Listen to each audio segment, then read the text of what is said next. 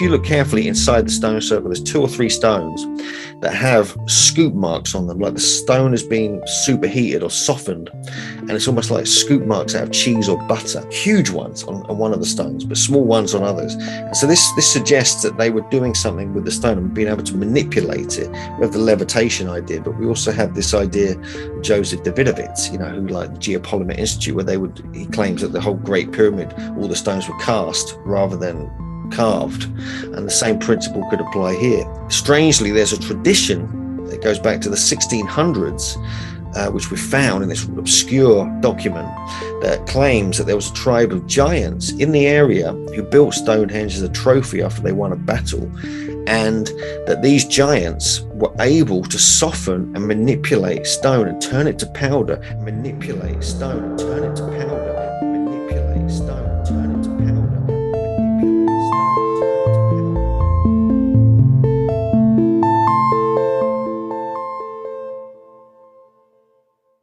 The history of our Earth is so different from what we can imagine. Enjoy the journey. The Smithsonian, that if they found out about a large skeleton somewhere, was to go get it. I'm going to assume at least one person is right, because if one person's right, it busts the paradigm. It all goes back to the fallen cherub. And the problem with the modern day church, they have a very truncated view of the supernatural. This backdrop that's just pregnant with all kinds of meaning associated with this Mount Hermon event. Welcome to Blurry Creatures. And this guy defects from the kingdom. That's a big deal.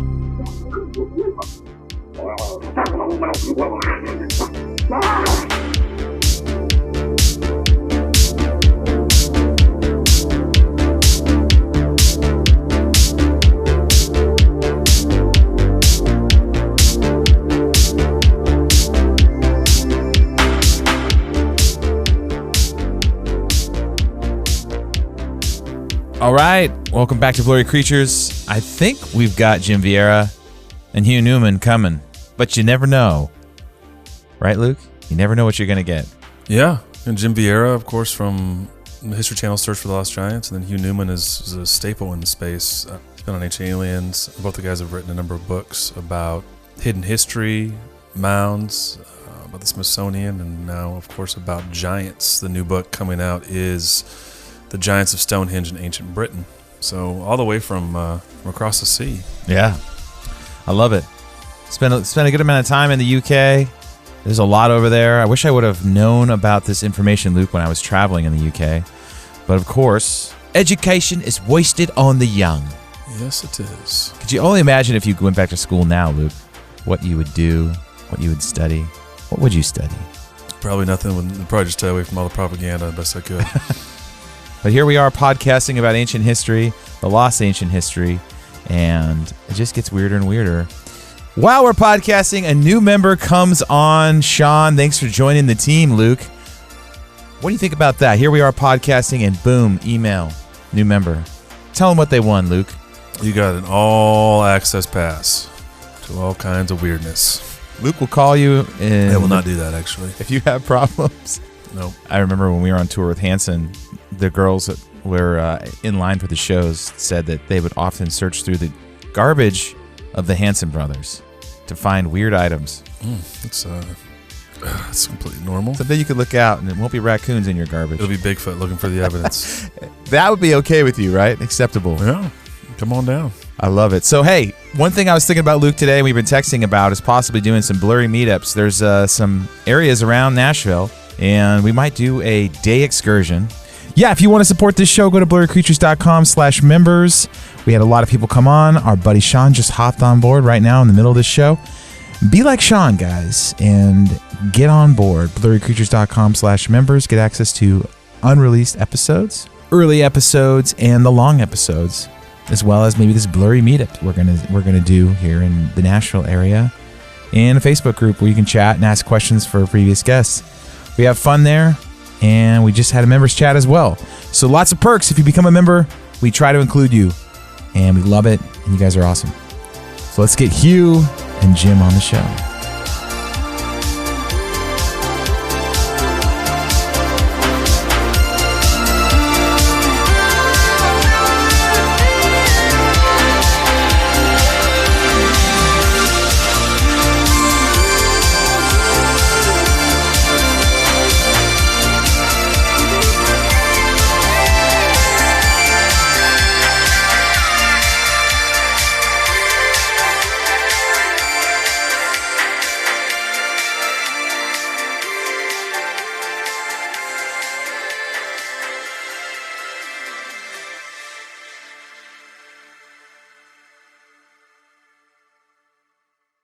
Jim Viera is a stonemason and a writer who has collated 1,500 newspaper articles and scholarly accounts of giant skeletons found in North America. In 2012, he created an online blog, The Daily Giant, presenting one giant per day on his blog.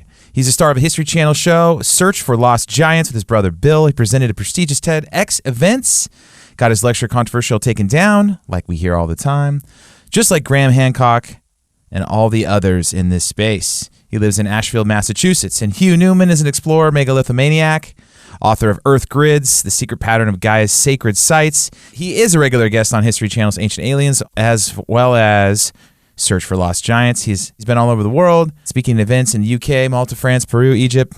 He lives in Glastonbury, England. His sites are megalithomania.co.uk and hughNewman.co.uk. And he also is just like our friend Derek, has his own megalith site, Megalithomania. So we've got one mic here, kind of in between us. Is that loud enough? Yeah. Jim, I can clean. Jim, you want to talk a little bit so we can? No, I don't. Oh, there you go.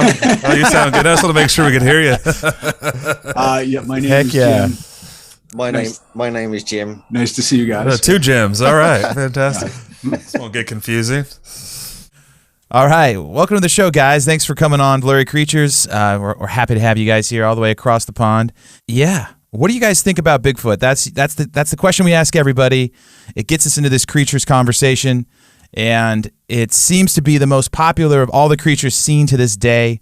Everyone has a different opinion. There's no wrong answer. What do you guys think it is? What do you have any thoughts? Yeah, I'll start. Yeah, Hugh Newman will start. Bigfoot, yeah, that's an interesting one. I mean, obviously it's mainly North America and different areas of the world, but not so much here in Britain. But I'm quite interested because we've come across, actually we mentioned it in our new book, The Giants of Stonehenge in Ancient Britain. There are a few accounts of hairy wild men who are giants roaming the land in Wales. There's some accounts in Scotland as well. And these are actual, there's legends, I think Jim knows about one up in Scotland. He wrote about it as part of the book. But there's also, there's one in Wales, I think it's the hairy man Ogof or something like this. Yep. And it's it's very strange. And it's just all the traits really of what you get with Bigfoot, like the strange smells, kind of like fleeting glimpses of it, without clearly seeing it properly. In the Scottish account, there's the story of the grey man, and you can hear him and hear his footsteps up on this mountain, but you can't really see him. He's always out of sight. This is kind of like the kind of supernatural element we get here. But yeah, I'm quite a fan of David Hatcher Childress, and he wrote a book called Bigfoot Nation. I read that and all the accounts going back hundreds of years. So to me, there's something in it, whether they're physical entities or whether they've got a supernatural element or a bit of both. Makes it quite intriguing. Yeah, I'll take over. My thoughts are I was on Expedition Bigfoot. I'm friends with Russell Accord and those guys. I've spoken at a couple Bigfoot conferences because there's some overlap to this idea of giants, and it's a supernatural story essentially. And a lot of the giants, if you understand the oral traditions, are almost a story of genetic intervention and the supernatural. And people can take that for what they want, but that's what the traditions clearly state. I study a lot of Edgar Cayce, and he talks about ancient lost worlds and civilizations, and he talks about genetic engineering. And it has been speculated that the creature Bigfoot is one of those hybrid creations, and it's a mix of like a massive ape with some other attributes that could be viewed as supernatural, if you will, or multidimensional. I really think it's a creature. None of us have a time machine. I will say that I've spoken to so many people that are very, sober in their observational abilities, and they swear up and down that there is something going on. So, and the other thing is, it's a long-standing tradition for millennia around the world.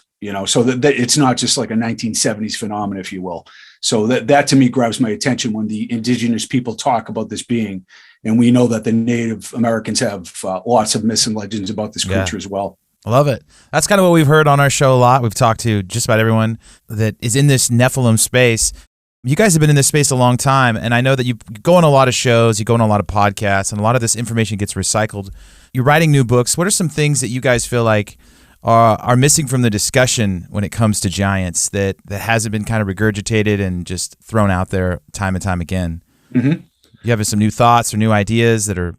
Yeah. I know you're always thinking about it. Yeah, I right? feel the big question is, where do they come from? And so I'm Mr. Comparative Analysis, and I read through not just the historical documents and the myths and traditions. I look at esoteric sources, Blavatsky, Steiner, Rosicrucians, Freemasons, Edgar Cayce. They all talk about a lost continent in the Atlantis. They talk about Lemuria as a historical fact. They talk about dark wizardry and black magic, like a Tolkien novel. And they say there was an advanced civilization that lived in a golden age and went down the toilet because of malevolence and over identification with the material world. Basically, they lost their spiritual self. And that's where we are today. We're in a crypto techno hellhole of like false prophets and Elon Musks and stuff. And it's just the nature that, I'm not crying about it. It's just that we're entering hopefully a better age. But that notwithstanding, I really think that this idea of a lost land where there were sophisticated cultures that understood technology that we're just coming around to understand. I'll say that, like, the old scientists like Pythagoras and Plato and Aristotle, they all were adherents to the mystery schools. They were all metaphysical geniuses. They were all mystically oriented. And now the scientists it's more like an atheistic cult of left brain, male dominated, rigid rationalism that doesn't allow for the mystical elements. So it's kind of looking at a shadow on a wall to try to figure out the problem instead of a holistic approach. And I'll say, I'm the guy who's been on a million ayahuasca journeys with shamans in the rainforest. So I've seen some things that are beyond belief, and that if I could show or have people experience what I've experienced, they would drop their doubt pretty rapidly. Yeah. Yeah. This is like a Joe Rogan aside right there. Yeah. I like Rogan, actually. He's a pretty good dude. Yeah.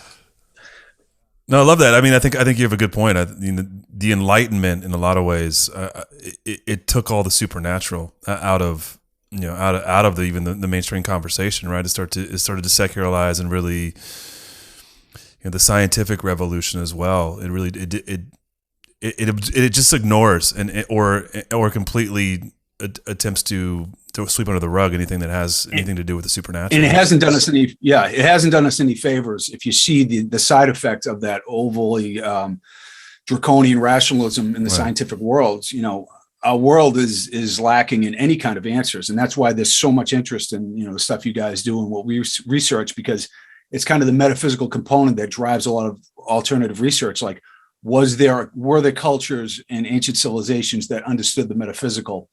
And are there sources that we can tap into to figure out, like, why they placed these sites around the globe, what was really going on? So, well, I was saying, we've interviewed guys like Michael Tellinger and L.A. Marzulli, and there's just a vast difference of understanding. Some of these guys think these giants were 3,000 feet tall.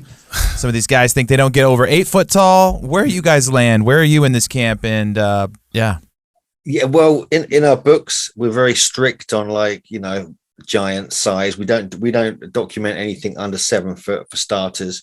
And I think we've become more kind of in the realms of realism, like we kind of like what is real, what has been actually recorded in history. But we do have anomalies. I mean, we have a lot of accounts going up to 9 foot, which are very kind of valid. North America, Britain, all over the world. You start going up to 10 foot, 12 foot, 15 foot, it gets a bit more challenging. But we've got accounts like near Stonehenge, for instance, in Salisbury, of a 14 foot 10 skeleton recorded in the early 1500s, which was witnessed by Sir Thomas Eliot, who was a scholar, an academic, who was a member of Parliament for Cambridge. He became knighted as well by the Queen.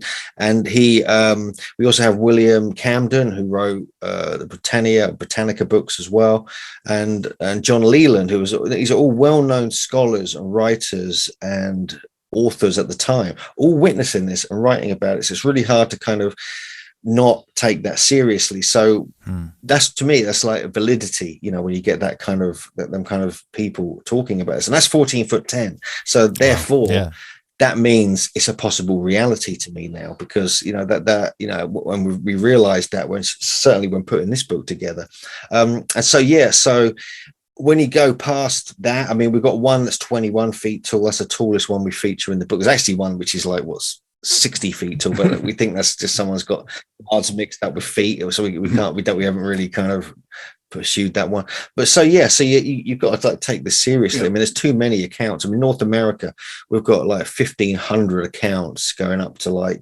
16 feet tall, things like this, between 7 and 16 feet tall. In Britain, we've got several hundred now, and some of these are solid. And like and then you get one of the things you might be interested in is that that some of the skeletons we believe that have been reported, especially very long time ago, may have been like Bigfoot skeletons. We've got one, what's that one in Ohio that we talked about that was found in a gravel pit, and the description of it is very much like like a Bigfoot or Sasquatch kind of description.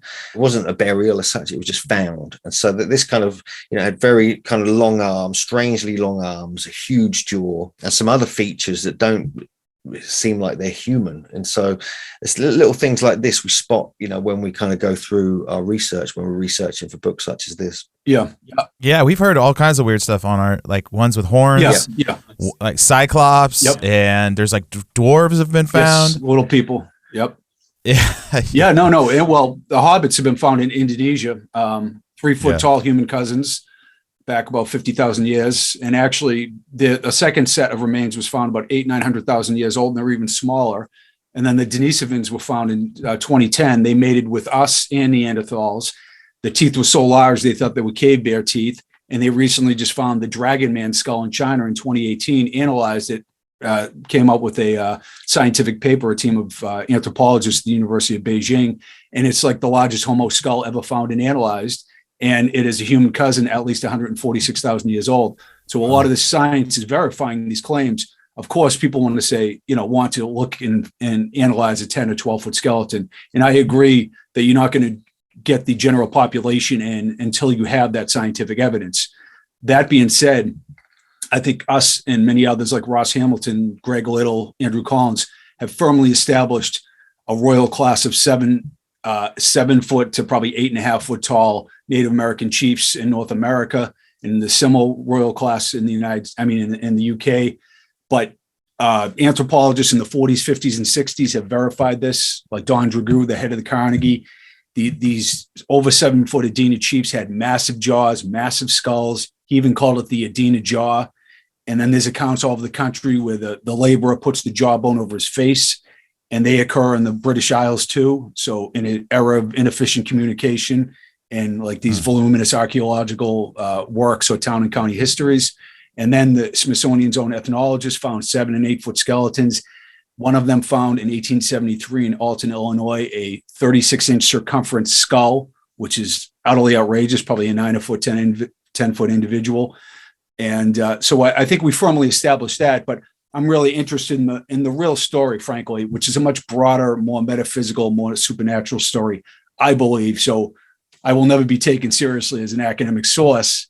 So I've just I'm trying to be a goodwill ambassador from the lunatic fringe, essentially. And well, we love it. We love it, and that's where our show lives. And a lot. I mean, we started out with Bigfoot, got into the ancient giants, and then it gets into the UFO stuff. Do you feel like some of these narratives are coming down because obviously they've been keeping? You said you had TED Talks canceled and stuff scrubbed off the internet, and the Smithsonian's always on the scene in this situation, stealing bones and all that stuff. Do you feel like that they prepared the masses for this UFO narrative that's coming? Do you think like all this stuff is related? Are they going to tell us that the world is supernatural? And that's a good question. I will say that there is, when you get into the idea of giants, they were purported to be created by these beings, these supernatural beings like Viera in Peru, or in the Bible, the whole idea of the Nephilim and the Watchers, and they have this supernatural origin.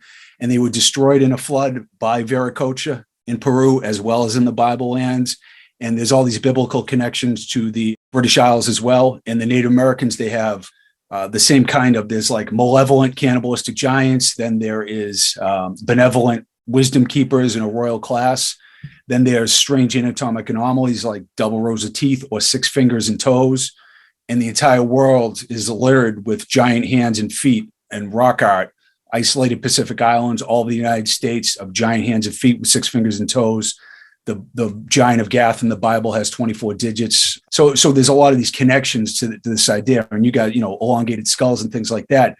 speak of purported emulation of some weird species that's shown up, the engineers, if you will. So I believe in some Prometheus-like creation of humans as well as the giants. But it gets all scrubbed, right? It gets all hidden from the mainstream narrative. Why do you think that is? Yeah, I mean, there's a lot of that. I mean, the mainstream don't take on. Obviously, you probably come across this if you're researching things like, Sasquatch and Bigfoot and things like that. But yeah, the same principles apply when you're looking at giants as such. And so clearly in America, we have the whole kind of cover up really by the Smithsonian, but also this was an agenda being played out, which was the Manifest Destiny agenda of, white, almost like supreme white people coming over and taking over from the natives, pushing them onto reservations. So when they were finding 10-foot skeletons and geometrically perfect kind of mound sites stretching over several miles, it didn't really fit in with the idea that these were savages. These were like master geomancers and surveyors and builders who were an elite tribal kind of royal class, and so they had to hide that away. It didn't fit with the narrative. It didn't fit in with the theory of evolution being pushed at the time, etc., etc. That's just in North America. But in Britain, for instance, we have this whole story back in the early 1900s where they were changing the history of Britain, especially pushing it into Wales, because Wales was holding on to the old traditions, which included giants and things like the whole Brutus and of the Trojan Wars coming over and founding Britain, battling the patriot giant Gog Magog down in the southwest coast. And so that was all removed, and this kind of agenda was pushed into the schooling system and so forth. And so, when I went to school, for instance, back in the 70s and 80s, it was like, all you get taught is there was the history back to the Romans. Before the Romans, it was savages for thousands of years, and then there was dinosaurs back then. There was nothing in between, sort of explaining the real stuff that we've realized as we've got older. You have to investigate yourself, and the whole Neolithic and Bronze Age thing wasn't addressed then. But it's being more addressed now.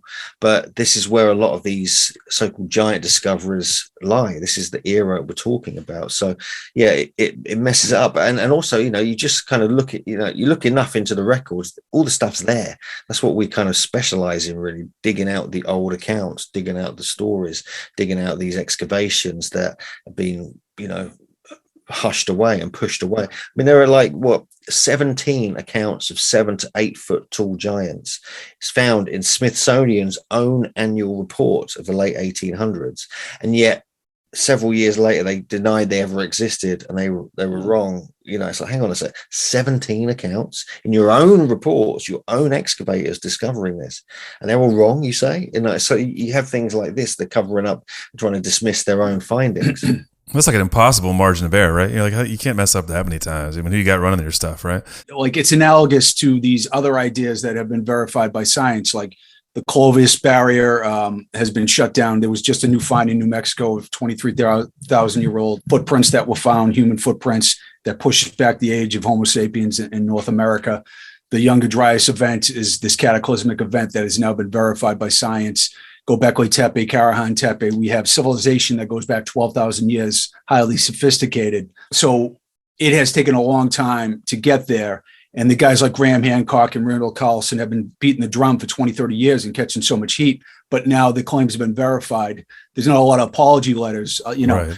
People want to, think that there's the lizard people are meeting with the U.S. military at the lowest level of the Denver airport and coming up with some master plan. Maybe that's true, but I look at the human ego and kind of the laziness and infantile nature of the self-protective ego. And, people don't want to admit when they're wrong, especially people who have prestige. We're kind of on the outside, and we're not contingent on academics, the academic world, to pay our salaries. So we can investigate these things. But I've organized and led archaeological teams for my television shows. And I have friends who are skeptics and geologists and historians.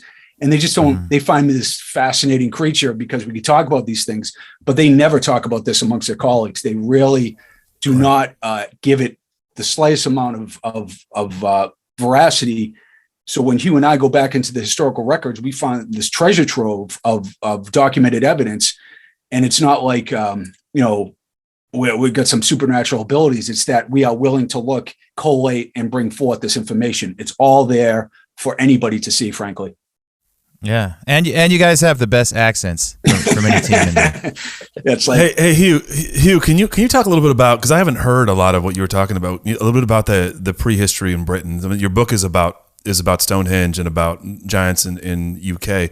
You talked about these giants coming to Britain, and then the history in Wales. That's something that I'm not familiar with, and probably a lot of our audience isn't. And I would love to hear a little bit about that. And then also Stonehenge, right? This book kind of revolves around Stonehenge, and we have this whole narrative that we're fed as well about, the Druids built this, and it's, it's a line for, for ceremonial reasons. But starting to think that, like, based on, I know you guys now and what you're doing, I'd love to hear your thoughts on Stonehenge. And I know, so those two things, maybe that's a two-pronged question, but I hadn't heard the stuff that you just kind of referenced. I think you're right. You hear about the Romans showing up, and you hear about, the Druids were in Ireland, and there was, these just wild people running around, but they were, uneducated. It sounds pretty standard narrative, but would love a little more on that.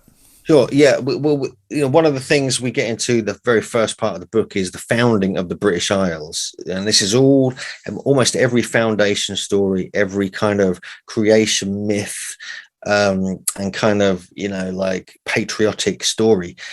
It's always got giants involved in it, which is bizarre, really. And there's pageants even today. There's like parades around different parts of the country. The Lord Mayor's show, which is pretty much happening, I think, today in London, funnily enough, early November, where they parade Gog and Magog around, which is like Gog Magog is the founding giant of Britain, who battled and tried to protect Britain for when Brutus the Trojan and Quirinius, his warrior kind of army general, came in and tried to take over and like relocate here after failing and losing the Trojan War. And so this is the story. This is the story that goes way back. It was written about by Nennius in the 9th, 10th century. It was written about by Geoffrey of Monmouth in the 11th, the 12th century in the history of the kings of Britain. And it basically claims that they arrived on this shore from Troy, and even though it's probably analogous of something else much earlier, probably isn't Troy itself, and they battled these giants, these remaining giants who were in the south coast. They won eventually, throwing Gog Magog. He was the leader of the giants but then in another story he survived, and they dragged him to London, and he became the symbol of the protector of the mysteries, the protector of Britain, and was placed in the Guildhall, which he still is today. But now there's two of them, Gog and Magog. And as you know, Gog Magog is like a reference to the biblical. Right. I was about to ask about that. Yeah. Well, like Gog and Magog, right? Like the whole Armageddon. So you have that kind of thing going on as well. And also the name Og, we find a lot in traditions of giants in Britain. So that's just one aspect of it. And now they're placed in the Guildhall, which is they're there to protect the old maps, the old records, and the old archives of the ancient kind of texts. And also there's the story of also Albina, which not many people know about, and she was this kind of almost like a priestess who arrived from Greece with her 33 sisters, 33 of them in total rather. And they were banished from their homeland for murdering their husbands, and they ended up in Britain, or Albion, which is where Albion possibly came from. And they were kind of frustrated as such, and they ended up mating with these demonic incubi, these kind of half human, half spirit beings. And then when they gave birth to these marauding, powerful giants who became later, as the story goes, that's who became Gog Magog later, many generations later. Even Merlin was said to have been fathered by one of these incubi. And so we have these stories going that far back, which is very, very similar to the story of the Nephilim in biblical tradition, where the human women mated with these sort of, watchers, these sort of semi-divine kind of very tall beings, gave birth to the Nephilim, who became these kind of out of control giants, but who were also very sophisticated and very smart, much like in Britain. And so then we also have the story of Albion, actually Albion the giant, who again came from Greece, and he was became the patron kind of protector of Britain as well. So we have many, and he was the giant, and he actually battled with Hercules. He's actually mentioned in the 12 labors of Hercules, I believe, and he ended up dying in Gaul, France. So you have all these stories, and that's just. We also have the giant Bran, who was like a Welsh king whose head was buried at the Tower of London. He was a giant. We have other stories in Wales. We have a group called the Children of Down, who were who came from these lost lands. In Ireland, we have like the Fomorians. We have Tuatha Dé Danann and so forth. And all the stories always have these giants at their core when it comes to the foundation myths and the beginning, the kind of cultural genesis of various parts of the British Isles in different parts of history. So that answers part one. But I don't know if Jim wants to jump in there with anything. Yeah, please. When you look at the Fomorians and the Tuatha Dé Danann in Ireland, like the Fomorians were portrayed as a malevolent zoological nightmare. And John Duncan did a painting of like in the late 1800s, and there's like this fish guy and all these weird hybrid creatures. And Baylor was the giant leader. That's the Tolkien read all the mythology of Ireland and came up with a lot of the information for his movie for Lord of the Rings trilogy out of this. And you have these malevolent creatures, but the Fomorians in the Yellow Book of Lecan, one of the medieval texts of the ancient traditions, states that they had 3 rows of teeth. Hercules and Gilgamesh had 3 rows of teeth. We found accounts all over the United States of double rows of teeth. It's associated with the supernatural and the giants, but we have like Smithsonian ethnology reports of double rows of teeth. Then the 6 fingers and toes, the polydactylism shows up all around, like Kukulkane, the biggest hero and the Ulster cycle of Irish mythology, has 7 fingers and 7 toes. You can find that in Wikipedia. And then you have the highest incidence of pituitary gigantism on the entire planet is in the North Ulster County section near Iron Mountain, where these Tuatha Dé Danann landed. So there's this blending of genetics and science with the mythological. And that's what really we find fascinating. And the same thing, like in the Pueblo peoples out in the Four Corners area, they have a higher incidence of polydactylism, 6 fingers and toes, than the general population.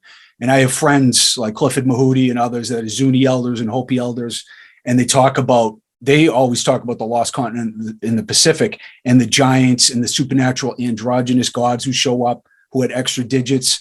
So when you get into the myths and legends of the British Isles, they are the same as these other places, isolated Pacific islands and native traditions in the Southwest. So, really it's either laziness or being disingenuous if you take in all this information, you say there's not a story.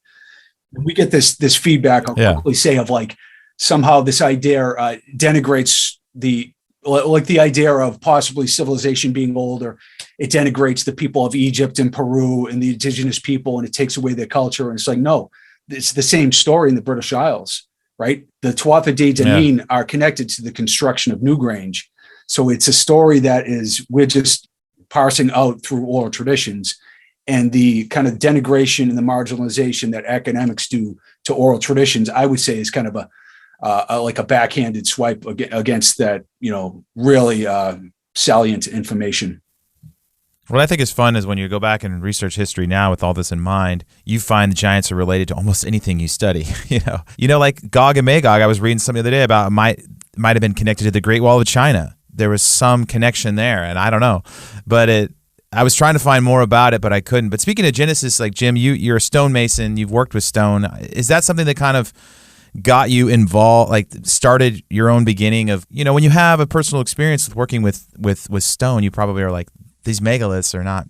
We can't do this, right? Is it that easy? Yes, that's good. I was talking about that today. Actually, I've gone on tours with Hugh to Egypt and Peru and Mexico and different sites around the world, and the stunning similarities between the knobs and the pillowing and the tight seams you see at Egypt and Peru immediately caught my attention, because a lot of it has nothing to do with sound engineering techniques, although it's very sound, construction. It's almost like, it's easy to do this, so we'll do it. And the tightness of the seams is beyond comprehension. The hardness of the stone is impossible to work with the tools of the time, copper chisels. I know people make cracks about this, but it's not a matter of manpower or time. You could have 1 million years with this, and you just cannot create a lot of what you see.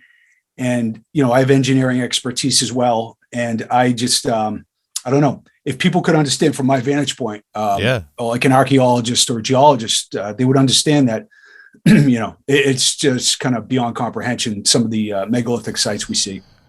It's hard enough to get drywall right, let alone stones. You know what I mean? Oh, it's so true. Yeah. I've done all the trades, believe me. And I've lifted millions of pounds of stone. and the interlocking fits in the back like an Ole Te Tambo. It's not just in the front.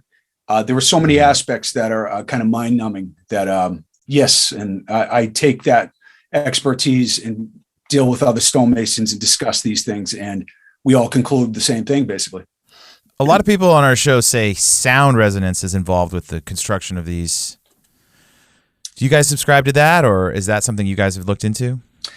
Yeah, you look at the design of these sites now. There's a lot of research done on archaeoacoustics, where actually the sites are kind of created with that built into it. And so, like, they realize they've kind of back engineered it and found that the case. So if they're doing that, if they're literally building the sites, so it kind of resonates with the human voice, then it means they had a very high understanding of it. It's been proven beyond doubt now. So could it part of that tradition have been to raise and levitate and kind of move stones by using these kind of things? Some stories of Merlin claim he did that, and when he moved the stones to Stonehenge, which is another tradition we find that goes back about 1,000 years, that he actually used. Some traditions say he used engines and gears. Others say he used sleight of hand and magic and vibration technologies, or he was levitating them and things like this. And so, you have to take this into consideration, especially as specifically Stonehenge as known archaeoacoustic properties. And the same principles apply at places like Newgrange. They apply at the sites in Egypt, Mexico, and other places. Everything is based around sound. That wasn't the primary purpose, possibly, but it was built into it. It was almost like encoding this kind of like system of knowledge that could easily have been lost, but they kind of built it actually into the sites, like you get with mathematics, geometry, and obviously acoustics. And so, I think there's something in that, and I believe also that, through our research just on Britain, like we have this whole Sowers of Thunder mythos where it appears that these giants were controlling the weather, and they actually put spells, curses over their graves. So if you disturb the grave, great tempests would manifest, like huge storms and things, even earthquakes in some accounts. And so they had the power of sorcery and magic, and it could have been a high science, we just don't know back then, where they were able to somehow link the building of sites with the kind of weather. But also, if they could do that, then they could move stones around using that same kind of power. And I think there's something that needs to be researched more. I mean, there is evidence of people being able to levitate smaller objects. We have Edward Litzgaunen down in Coral Castle in Florida who moved these giant stones. Some people suggest he was levitating them. And so I think that's one aspect that certainly needs more consideration. What about Stonehenge? Talk to us about that. Talk to us about the mythos surrounding that and sort of the modern narrative of what it is and what you guys believe based on, I think this is a great segue, because we talked about stones, and Jim, you're a stonemason, and then we've been talking about giants, and here we are with Stonehenge, one of the most famous places on earth. And I mean, was it sure. Talk to us about that. I mean, because it could have been resonance. Were they levitating? What do you guys think about this, about the giants and Stonehenge? I'll jump in there, Jim. Thank you. But basically, with Stonehenge, firstly, the original name of Stonehenge, the earliest recorded name of Stonehenge, is called the Giant's Dance. Not many people realize this. So the first name given to the earliest depiction ever created of Stonehenge came out not long after History of the Kings of Britain in this French publication and it was illustrated by a gentleman called Robert Wace. And Le Roman de Brute was the publication. It's like a paraphrased version of the History of the Kings of Britain. And it shows a giant lifting one of the lintels, the stones on top, into place with Merlin and King Ambrosius next to him. And this is based on a tradition. This is based on a tradition. I like an art piece. Is a piece of art, I think. Yeah, that's right. So, it's a piece of art. Yeah, and this was featured in this particular publication, and that's the earliest known depiction of Stonehenge. And so that actually is a story related to the idea that Merlin brought the stones over from a place called Killarus in Ireland. But thousands of years before that, the stones of Stonehenge were brought from the far reaches of Africa by a race of giants to Killarus in Ireland. And then thousands of years later, Merlin then brought them over to Britain using this kind of magic or levitation technology. And so you have all these stories associated with Stonehenge that are at the very foundation and could have some elements of truth in them. Also with Stonehenge, one of the things that a lot of people don't realize is utterly unique in Britain. We have at least 1,000 recorded stone circles in Britain. Most of them are rough-hewn stone. stones just arranged in a circle, but that's it. You know, the only other places you find this kind of expertise and brilliance in stone construction is really places like Newgrange in Ireland, and a few places in Scotland like Maze Howe, for instance. And both of these are connected with giants, by the way. And so, you know, that is the intriguing aspect of this. And when you start looking into actually what is inside Stonehenge, you look into the measurement systems, you look into the geometry, you look into the kind of different alignments with other sites, you realize that it's encoding extreme amounts of information. And it proves beyond doubt that this was like an international site, because you have measurement systems from at least 5 different ancient cultures, all within one site, encoded within it. You have geodetic connections, i.e. the spatial arrangement of sites across the country all connect with Stonehenge. Even with the Bluestone Quarry, great triangles kind of merge out from it across the landscape, linking up all these sites. And so you have to kind of take all these things into consideration. Obviously, it's an archaeo-astronomical temple, the summer solstice, one example of one of the alignments there. But it's also encodes the very sophisticated 18.6-year metonic moon cycle by the 4 station stones that are specifically placed in a rectangle just outside the stones, outside the main circle.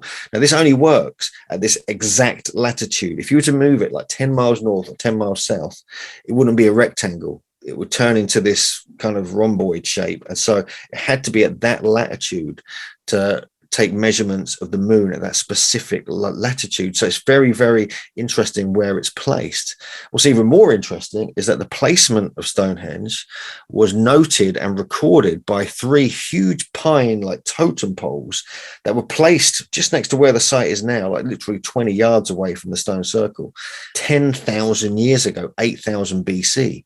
So who put those there, and why were they buried so deep in the ground? They must have been 30 feet tall, people are suggesting. So they were marking this east-west alignment of these 3 great pine posts 10,000 years ago. And then 5,000 years later, they start building the stone circle. And so they knew that this latitude was of interest. And so this is where it gets kind of strange. We kind of go into it in the book, obviously, the new book. But, you know, there's, you know, was that kind of a very, very ancient sacred site before Stonehenge was built? So that just gives you an idea. But I mean, also, you know, I'll do this last bit because I'm sure you've got other questions you want to ask. Going on a little while here, but there's if you look carefully inside the stone circle, there's 2 or 3 stones that have scoop marks on them, like the stone has been superheated or softened, and it's almost like scoop marks out of cheese or butter. You know, huge ones on one of the stones, but small ones on others. And so this suggests that they were doing something with the stone and being able to manipulate it. We have the levitation idea, but we also have this idea of Joseph Davidovitz, you know, who like the Geopolymer Institute, where he claims that the whole Great Pyramid, all the stones were cast rather than carved, and the same principle could apply here. But strangely there's a tradition that goes back to the 1600s, which we found in this obscure document, that claims that there was a tribe of giants in the area who built Stonehenge as a trophy after they won a battle, and that these giants were able to soften and manipulate stone and turn it to powder and reform it into different shapes to build Stonehenge. Reform it into different shapes to build Stonehenge. Reform it into different shapes to build Stonehenge.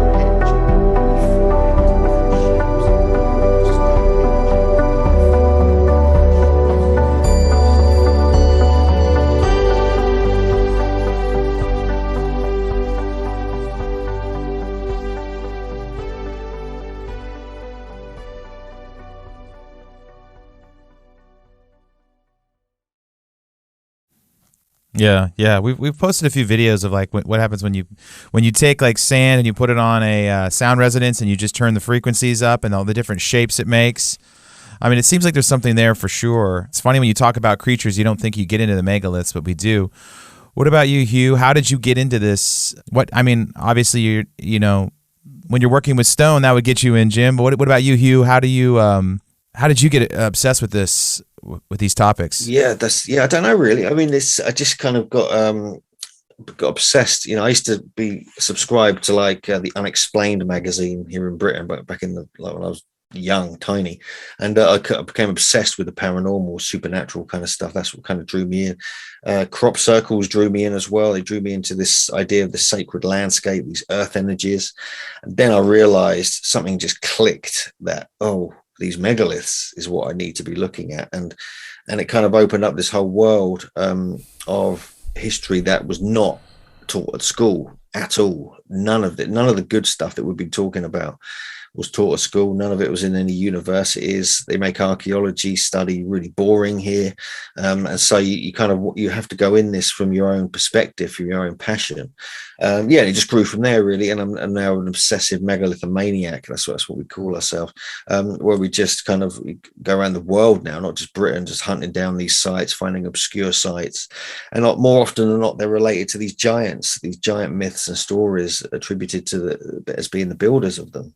So I got a question about that. I mean, it sounds like previous to it being built, this place was marked. Like you're saying, it was marked as, so the significance of this place. And I think this is also a question for in megaliths in general. There are these points on the planet where these things are situated. And talk about what you think the significance is of Stonehenge and that location, and then maybe a broader context of why these sites were chosen. Because it sounds like when I'm hearing you saying that, like these pine posts were marking a spot on the earth that had some significance, so much so that then there was a megalith. There was this stone circle built there.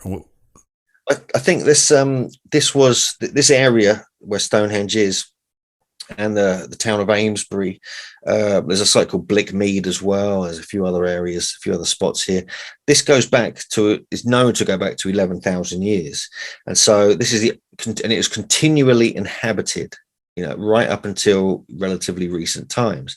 And so it's one of the only places in Britain where that's actually been the case. It's on this chalk kind of escarpment. It's like this whole kind of area, which is chalk based. There's not many trees, and there's water, clean water available in a lot of these areas. And so, and also the fact that they're marking it that long ago, and then they decide thousands of years later to build the stone circle, it means something, because I get a sense it's to do with the latitude. This is what we were talking about briefly earlier, where it's all about the moon, measuring the moon and the sun and things like this.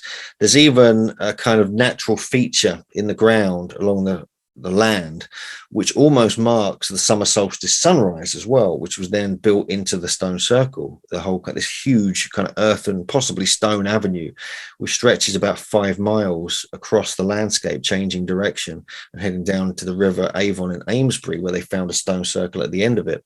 And so this is a huge landscape temple. This isn't one stone circle. This is amazingly large, much like you get with the Avebury complex, which is north of here. And so I think, because it's 10,000 years old, this is right at the time when Göbekli Tepe was being closed down. When they were closing it down, they'd used it for 2,000 or 3,000 years. And to me, it suggests that there was a movement out of the Middle East. And this is all the Watchers, the Nephilim, the Anunnaki traditions. I think I'm not going to go into it all now, but I believe it sounds like there were groups going to different areas. And this was kind of after a cataclysm that took place a couple of thousand years earlier, the Younger Dryas and so forth. And they were rebuilding civilizations. They were marking spots where they felt we needed to do some recordings here in the future. We need to kind of do something.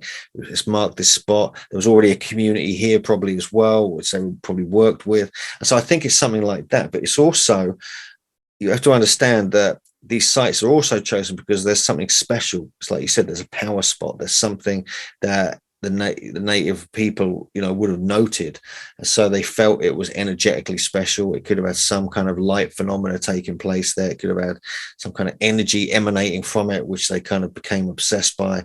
But also I think it was a combination of all the things I've just mentioned, which is why they would choose this specific place to build Stonehenge. It's interesting when you're talking about the forming of these rocks and the scooping of the rocks. I think about the megalithic walls in Peru, especially, where these stones look like they're formed and like they're poured into place, like formed into place, because Jim was talking about this earlier about it's like they morphically created these rocks because they fit perfectly together, right? You couldn't spend a million years shaping these things and make them fit as tight as they do. Yeah, no, I'll say when the Spanish showed up at Pumapunku, they were told that the giants built all the walls there, all the structures that you see when the Spanish showed up at Sacsayhuaman, they were told, a different group of Spanish were told the same thing, and they chronicled it. I have it in one of my PowerPoints, that the Spanish talk about, specifically talking to indigenous people, and they say that this lost race of giants built these.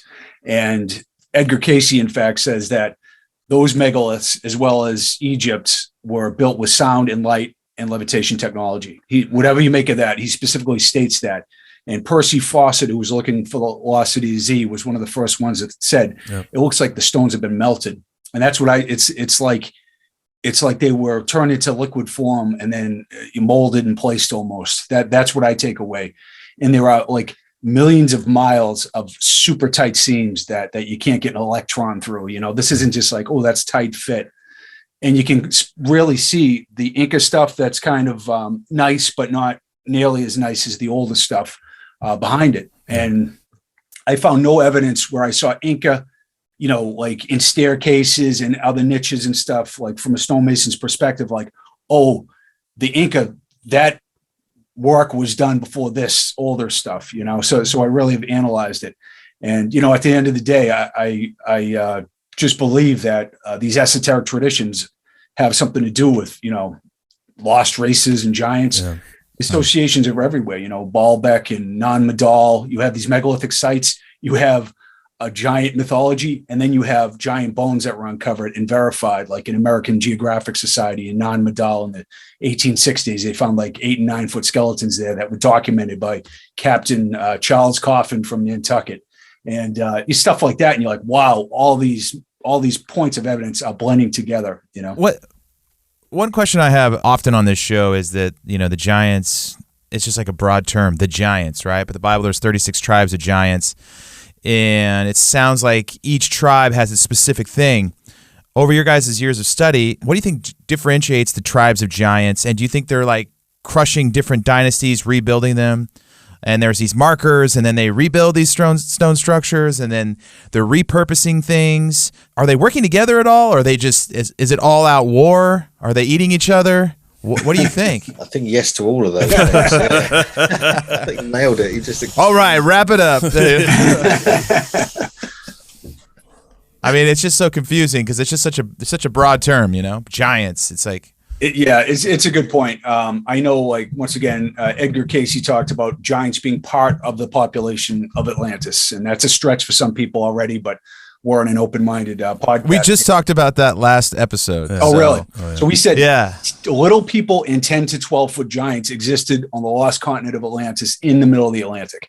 And when there was a cataclysm, you had it spread out. So there are tales of malevolent giants and there are tales of benevolent giants. There are these great mathematicians and rulers who show up and they orchestrate megalithic sites to, I'll quickly say, like, when you go to the acupuncturist and you put needles in your arm, you modulate the energetic system of the body. And that's what's happening when you place temple sites and megaliths.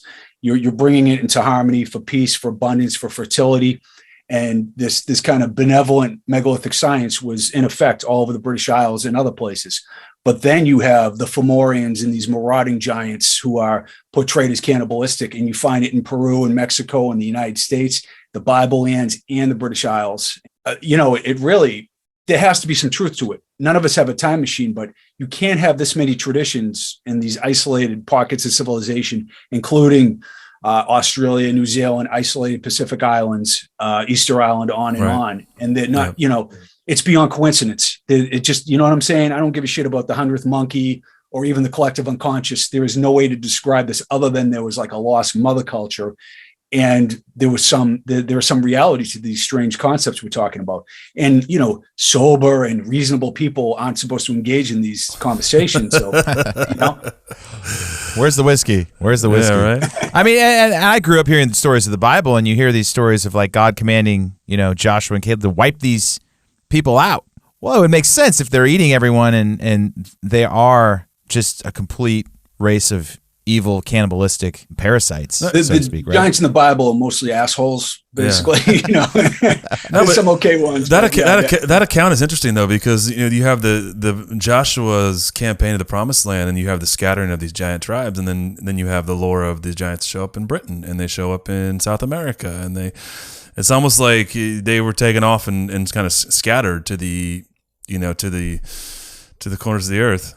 We read an account that there was supposedly a land bridge from Africa to South America, and then you see these. It was an account of a guy that was trying to prove that the Maya and the mound builders had a war in America, and he discovered like 75,000 skeletons. And it was this long, detailed thing. He spent 20 years researching the mound builders. We did a whole episode on it. But do you think some of those crazier theories that they could have just walked across, like the Earth was different back then, and they could have migrated? Obviously, they were good at they were seafarer. Well, they had the technology. If they could build these things out of stones, and I'm sure they could circumnavigate. They like the islands, cycles of the moon and the cycles of the stars, right? So they could do whatever they want, I guess. They could do whatever they want, I think. Yeah. No, it's interesting, and there are different. There's Immanuel Velikovsky, Worlds in Collision. There's this idea that there's been pole shifts and magnetic flips of the Earth, and land masses rising and sinking. If you look at Lake Titicaca and other places, it looks like that was a rapid geological event rather than a million-year one. Even the Grand Canyon sometimes is associated with a quick and cataclysmic flood. When you look into these things, you find these. It's like you feel like a weird, isolated researcher in your mother's basement, and you're putting together these clues, and you can't believe they're right there. Right. Because you're looking from a different perspective outside of the box, like you have Asperger's or autism, and you're viewing it differently, quite frankly. And a mainstream archaeologist, it's not like a vast conspiracy. You never think along those lines of evidence. And that's, to me, I know Hugh feels like this. You're like, holy shit, it's 3 a.m. You got 70 tabs open in your computer, and you're putting this, and you're figuring it out. And that's what I feel, that the obsessed nature of the alternative researcher is what really helps solve these problems, or at least bring them to light, Yeah. Well, I mean, I heard some stories of modern day giants on several podcasts. What do you guys think about those accounts of people still seeing them to this day? Yes, L.A. Marzulli has that account in Afghanistan. Kandahar giant. And then there's the Solomon Islands as well. They're supposedly Solomon Islands. Yeah. And we interviewed a guy that said they're in Louisiana, back in the deep swamps. There's one in the bayou. Yeah. Bayou giant. So what do you think about that? Well, I think it's a pretty weird universe we live in, and there are, once again, all throughout history, the strangest things have been talked about, and pretty specific across different cultures. I'm open to a lot these days. Like genetic intervention and other things. I just think there's a supernatural element out at work here, and I can't claim to know all the answers, but I'm open to it. I'm not going to shit on anybody for bringing those ideas up. Well, I'm sure those people come up to you all the time and tell you weird stuff. And yeah, definitely. Yeah, definitely. Like us, want you to come on our show. Yeah, get weird. Hugh, what were you going to say? We cut you off. It's the Kandahar giant story is really interesting to me. I mean, because I've followed up on that. There's a whole bunch of quite serious people who have kind of looked into that and claimed that they know people in the military sort of team who were out there at the time. One of the guys who got killed, they knew, and they said, no, it's real. Yeah, wow. They killed the giant and brought him back to America, and that's the end of that. And I don't know what happened to the body or anything like that. But yeah, so you get that kind of thing. It must, if you just drift back into history, you kind of see the same kind of stories, like the Patagonia giants of the southern tip of South America going over to Antarctica. Even there was like the Onash giants that were recorded in 1901 by Captain Frederick Cook. Is it Frederick Cook? Yeah, Cook, Captain Cook. Yeah, and he photographed himself with these 7 foot tall kind of people. So yeah, so there's just going back 100 or so years, you have presidents meeting giants, or the Osage Indians, who were robust, over this sort of beautiful royal kind of status they were described as by the people who met them. They were around in the early 1900s. So yeah, so even up to the modern times, you have these kind of things. The Solomon Islands thing is absolutely a classic one. I mean, anyone who goes to investigate that doesn't come back for some reason. So where they and there's the whole story is, if people don't know, that they're a race of cannibalistic tribal giants still living there. So yeah, our friend James Zickich, he wants to go there. He was with us a couple of days ago, like at Stonehenge, and he wants to go there and he wants to take me and Jim. He'll be the bodyguard. Right? I'm like, man, however big you are, James, it's like you're the menu. You're the menu. You're going to be like the first thing on their menu. So, right. So we heard an account on our where like a car went off a road and then they came back and the car was back on the road. It was like down down the side of a mountain, and it was like, what? That's some weird stuff. And it makes me think, Luke, of all these giants, maybe Bigfoot is the smartest because it's outsmarted all these. The giants get wiped out, but the Bigfoot's still out hiding. there doing his thing. Yeah, I guess. Yeah, there's something in that actually, because it's the supernatural side of it as well. They're one step ahead all the time. They're one step out of sight. You know, this is like the whole kind of, to me, I find it interesting, like this whole principle of what Patrick Harper wrote a book called Daemonic Reality, and like, I've been reading that again recently, and that's what a lot of these kind of beings that we're desperate to witness, you know, to actually meet them for some reason, like Loch Ness Monster, Bigfoot, Sasquatch, fairies, elves, giants, everything else. And so, yeah, I think like staying one step out of sight is probably the best thing they could do. Yeah. Well, it's probably easier to kill a giant, right? You could see him from a mile away and target practice. Yeah, easy's relative, probably. Yeah, it's relative. Yeah, I guess I've got one more question. I just like you guys wrote this entire book on Stonehenge and giants of the UK, of Great Britain.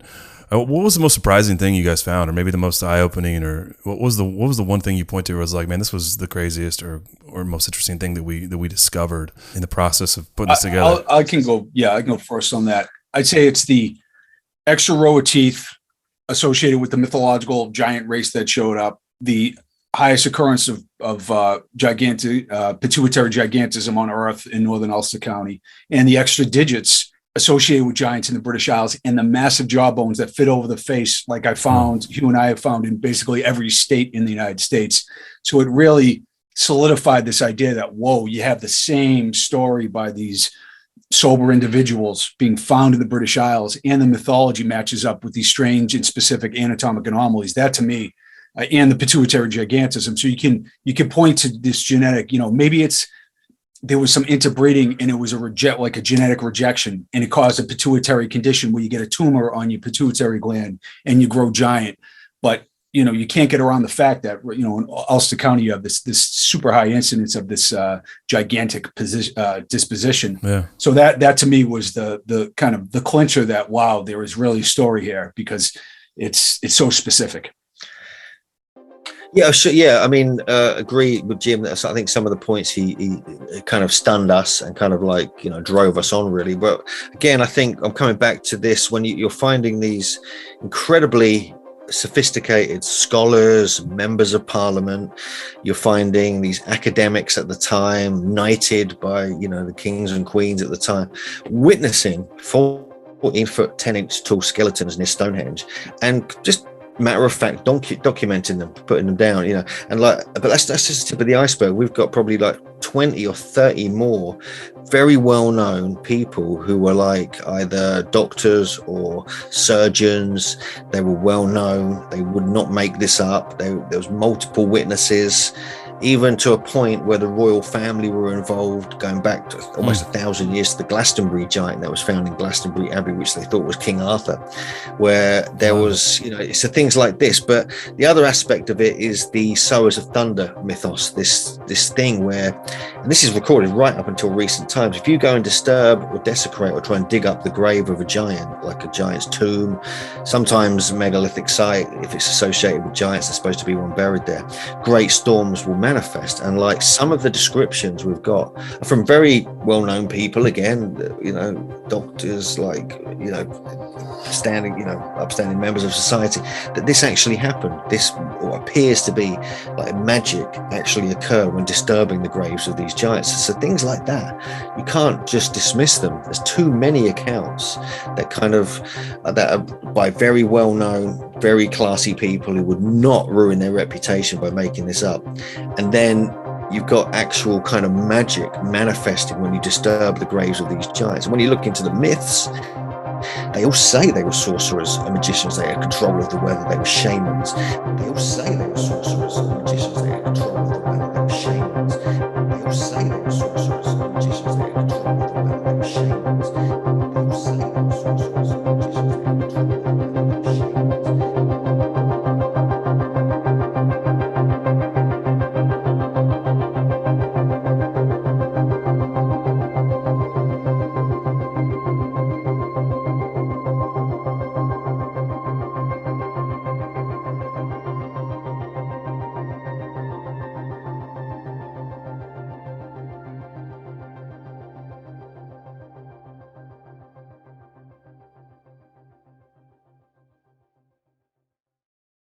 That's wild. That's like the Curse of Pharaoh or something like that. Like the Curse of King Tut. Like same kind of. Yes. That's crazy. When we interviewed Fritz Zimmerman, who went all 700 mounds in North America, he said he would never take anything from the mound. He was like, never take anything. And it reminds me of that island. Is it Non-Medal? Non-Medal. Yeah, that it's supposedly cursed, right? You can't. I could tell that story. Yeah, we actually we've covered that in our show for the History Channel. We did an episode of the Giant's Curse. My landlord at the time and friend Al Parapan in Asheville, Massachusetts, he worked and taught on Nan Madal in the 50s and 60s. And he came back and we were shooting the breeze. And he told me how he took a fruit from the Nan Madal, the temple complex, and brought it back to the village. And they all told him, you know, all the natives, this isn't like a white guy story. This is what the indigenous people are saying. Don't eat that fruit. They made him throw it away. They specifically say that they did not build the site. Their ancestors did not build the site. The Sodalairs in the 12th century added on to what was pre-existing. And two brothers, it's like Oshipa and something else, came from a lost sunken land in the Pacific, and they built it by magic and levitation, and they were giants. And that's what the native people specifically state, and their traditions go back thousands of years. So Governor Victor Berg, when it was a German possession, I think in 1907, he went into the temple and they went into the tomb and they found 8 and 9 foot skeletons. And then this incredible tempest showed up. And then the next day he died. And that's all verified in the doc. That's not like a tall tale. That is verified. We cover it in the show. We cover it in the book. And there's like weather shamanism books about the Native Americans who had that ability. That's why the army was all over the Sioux, because their shamans would whip up weather, and they were so horrified at the powerful ability of the Native shamans.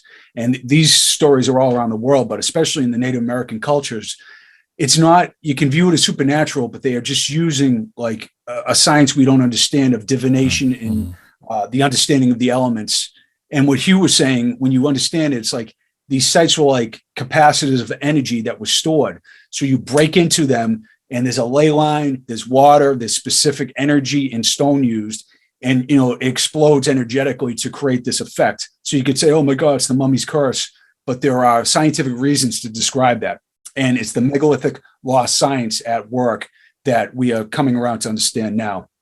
Makes you wonder about Bermuda Triangle, if there's something going on there. Yeah. There is something, it's something like this effect we're talking about right here. No question about it. I was going to say Brendan Fraser was onto something, huh? I guess I got two questions. I want to talk about some of the physical artifacts, the weapons that you guys have uncovered or learned about. But do you think it's a simple example of like you talked about it several times on the show, that could be a simple explanation of angelic DNA and human DNA creates this pituitary disorder, and that is that kind of what you guys think might be it? Is it as simple as that?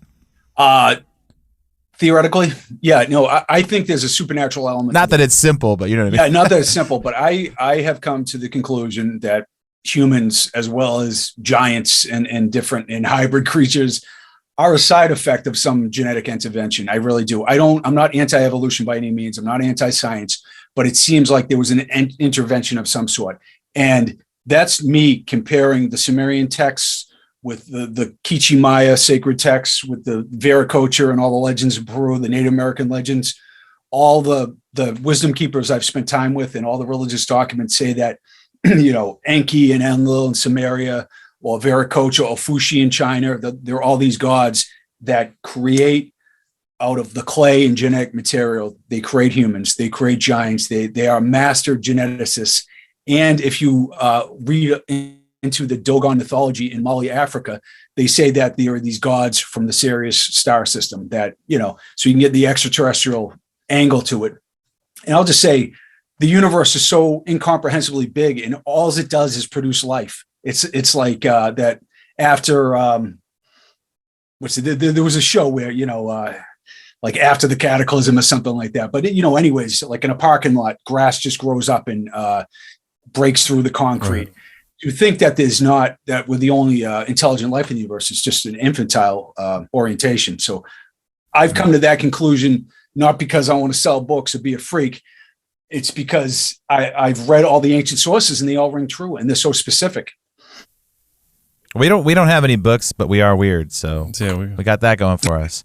What about you, Hugh? What do you think about some of those theories, and then maybe get into the weapons part of some things that you've some physical artifacts that are not bones and not historical accounts? Yeah, I mean, the main area we've actually got physical artifacts is North America. We haven't. There's a few here. There's some extremely ancient hand axes from Cuxton in Kent, the first plat axe from Berkshire, a couple of others which are like 200 to 400,000 years old and they're absolutely giant sized. But in North America, we've got many mound culture axe heads and tools and weapons which are extremely giant size, and they've clearly been used. They're clearly not ceremonial. We did a follow-up article actually to that after the books. We actually got to handle one. It's actually up on the Megalithomania UK YouTube channel, where someone sent us it. It's like this 36 to 38 pound axe head, which is this big. Yeah. And it was two, and then another person a couple of years ago bought one to us as well, and we were like, whoa, so these are being discovered, these are being shared around and reported by collectors even in the modern day. And so you got things like that you have to kind of take into consideration. In Britain, you have many of the accounts we've uncovered talk about giant weapons, swords, axes, armor, and things like this being discovered, but often they crumble to dust, or they're so rusted, they're so ancient they disintegrate. I have seen a giant sword which is about 8 or 9 feet long up in a museum in Edinburgh, but we later found out they were kind of traditional ceremonial swords by specific kind of families who were kind of creating them as part of their kind of regalia. And so that's probably that is probably correct for those ones, but there's other ones that you just can't explain. Yeah. I mean, we see some of those giant arrowheads that get posted on our channels, and do you think those are legitimate? They look like they're.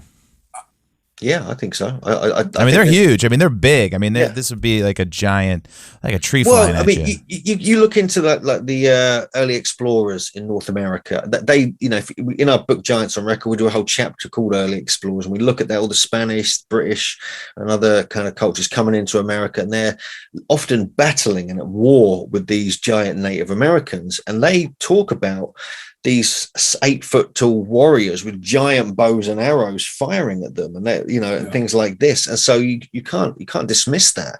It matches the myths match what's being discovered. So I think there's definitely something in it. Yeah. Like in Alabama, Tuscaloosa and his son are like 8 and 8.5 feet tall. From Virginia down to Patagonia, there's Magellan and Drake, and every early explorer you can name specifically states they encountered like 7, 8, and sometimes over 9 feet tall native rulers and chiefs and shamans. And these are all people who are trained in the art of observation, and they'll say things like, this youth was taller than all our men on his knees, stuff like that. So it isn't like, because the conventional line is the Spanish, they were like 5'2", and the natives were like 5'8", and that may be true in the general population, but they specifically state that there was a royal class that was utterly enormous and incredibly strong, and they had a voice like a bull and all these other attributes. They were divine to look upon, like they were this noble bloodline, frankly, and we're like diminished hobbit-like creatures in their presence, The little people. Yeah, we were the little people, yeah.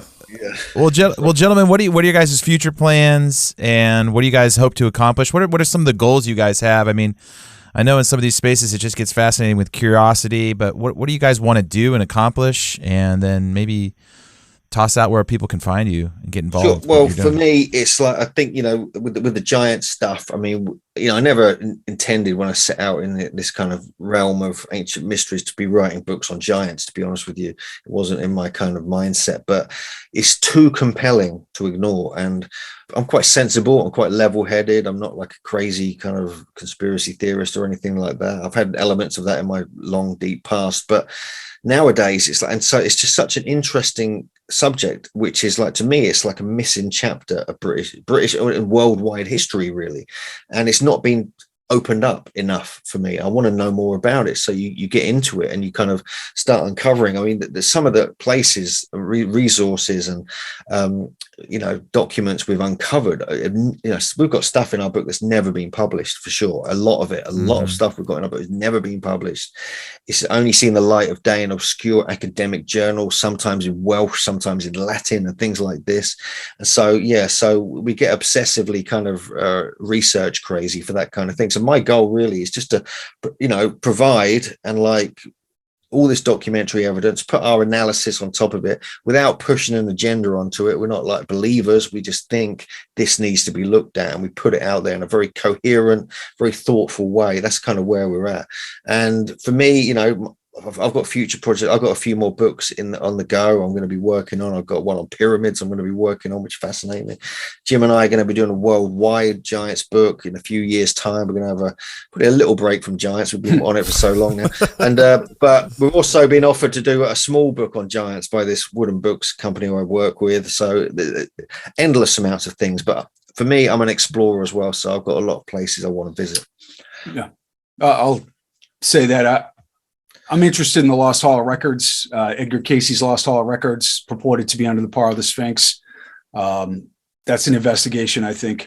I really feel if there is evidence that comes forth that is, beyond Göbekli Tepe, something that really talks about this lost world that we're all interested in, there'll be a metaphysical component to it, kind of the Edgar Casey-ish, understanding of the nature and reality of what we're doing in time and space, what you really are, is reincarnation real? These questions that many people have. And I study Ramana Maharshi and the non-dualists and the Course in Miracles and all those metaphysical texts.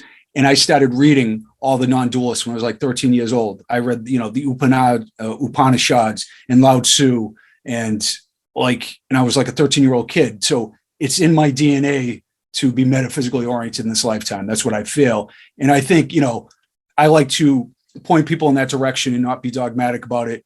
And because I'm like a fake tough guy, stonemason, guys kind of say, oh, if this moron is talking about metaphysics, maybe I want to look into it. Because ultimately, a lot of people deal with depression and mental illness and a lot of problems. And it's really good to have a grounded, understanding of the nature of reality that helps mitigate that. That to me, I have a lot of compassion for people who suffer with that, because my mom and other people around me have, and I've had my own bouts with it. So I'm like, how do you live a better life, essentially? And I think that we look to ancient cultures to find a better way of life, in a way that's more in harmony, in a way that isn't filled with like criticisms and judgments of others, because it's a holographic reality and it all comes back to you. So that's a long-winded way of saying that, I'm metaphysically oriented and I like to share that in whatever, some people probably dig it. Some people think I'm a little too out there, but I that's what I'm I love it. You're in the right place for that. You're in the right place for out there. That's where we go. That's where we go in our show. So when you were 13, you were reading books on metaphysics, and I was playing Mario Kart. So very different. Yeah, I mean, I was getting drunk and breaking in houses too. I'm not, I wasn't a saint. I grew up in Boston. But, town. Let's go. Yes. Yeah, love it. So I guess my last question: Are red-haired people part giant? What do you think? If you're redheaded, yes, definitely, yeah. Oh, sure. Nate, you're in trouble. Yeah, I can't tell you how many legends, people from Portugal and Spain contact me and they tell these legends of red-haired people and and like Peru and or Easter Island. They come out of Ireland and Easter Scotland. Easter Island have red-haired giants too. Yeah. It has to have some connection. And the elongated skulls in Paracas have that red hair. I know Brian Forrester talks about that in Marzulli. Yeah. There's a connection between the elongated skull people, and if you want to believe in mysteries and take on the skeptics, have them explain how all these diverse cultures around the world can do the most ridiculous and bizarre things to their children and elongate their skulls, and that to me is a clincher right there. Yeah, we were lucky to have him on the show, and we had Brian on. You guys are giants in this space. Yeah, so hey, thanks for staying up a little later out there in the UK and spending time with us guys. We totally appreciate it. And I did a bunch of Adderall about now. Yeah, well, you'll be up all day, all night, and all day. Good for you, man. You'll be productive. Yeah, thanks, gentlemen. Really appreciate you coming on Blurry Creatures, and we've been all over the place on this episode. That's how we like to do it. So, and we'd love to have you. Love to have you back. Talk about pyramids and everything else you guys are doing. You do worldwide giants, like. just appreciate you guys taking the time. I'm surprised the History Channel let you do a show on giants, Jim. They didn't know what they were in for. Yeah. I'll tell you what, the ratings were awesome for that show. Everybody loved it. They did an up and down vote, and they have historians associated with like the Smithsonian, and they probably said, we can do some freaking car restoration show and not take the heat for this. And there was like one vote down, which we couldn't believe. My producers couldn't believe either, but they asked us to do several Roanoke specials, and we've maintained a relationship with them. I'm not disparaging anybody, but that show was so freaking cool. That was great. Mm-hmm. I used to watch it. I watched it before I got into this space. I loved it. Yeah. Yeah. Well, that was the first thing I thought. I was like, man, I can't believe they actually let this slide. Like, yeah, I think it was great. I think there was an element of criticizing the Smithsonian. I think that may not have helped because they've got a big influence and stuff like that. So, but then again, we wrote an entire chapter criticizing them in our previous book as well. So, I mean, God forbid you tell the truth, right? I mean, God forbid, and we uncovered something quite remarkable. Yeah, we showed an 8.5 foot skeleton. We showed the burial site. That was number 2 in episode 2 in Staleville, and we showed the photograph laying in the doctor's office that University of Missouri anthropologists put together the skeleton, and it was shipped. It was on the front page of the St. Louis Herald. They took the 8.5 foot skeleton that was found in the cave in 1936 and shipped it to the Smithsonian. And then we took it to Todd Disatella, anthropologist at NYU, and he was kind of like, whoa, that's an interesting story. I don't know what to make of it.